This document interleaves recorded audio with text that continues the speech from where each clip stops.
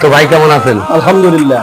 যাই, আমি খুশি হইলাম যে ভাই আপনি এই নারায়ণগঞ্জ থাকেন, বাড়ি রামদিনী বাড়ি, কিন্তু নারায়ণগঞ্জ থাকেন এত দূর থেকে এই একটু হইলো আমাকে দেখতে আসছেন, তার জন্য আমি খুবই আনন্দিত এবং নিজেকে অনেক এই কি বলবো, মানে খুব ভাগ্যবান মনে করতেছি।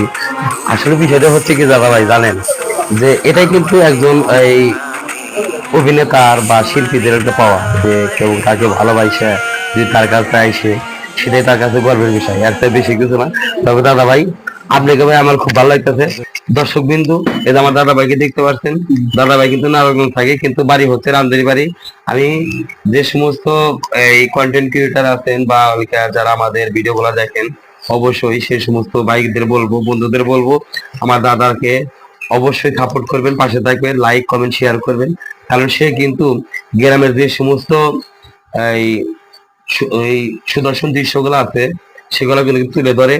ভালো ভালো মসজিদ, কক্সবাজার, মানে যেখানে যেখানে মানে ভালো কিছু আছে, সে কিন্তু ওগুলো তুলে ধরে। অবশ্যই আমার দাদা ভাইয়ের পাশে থাকবেন, তাহলে অবশ্যই কিন্তু আপনারা এই যেগুলা এই পুরোনো আমলের জিনিসগুলা, গাছ গাছালি যেটাই হোক, সবকিছু কিন্তু আমার দাদা ভাইয়ের দ্বারা কিন্তু আপনারা দেখতে পারবেন। অবশ্যই আমার দাদা ভাইয়ের পাশে থাকবেন।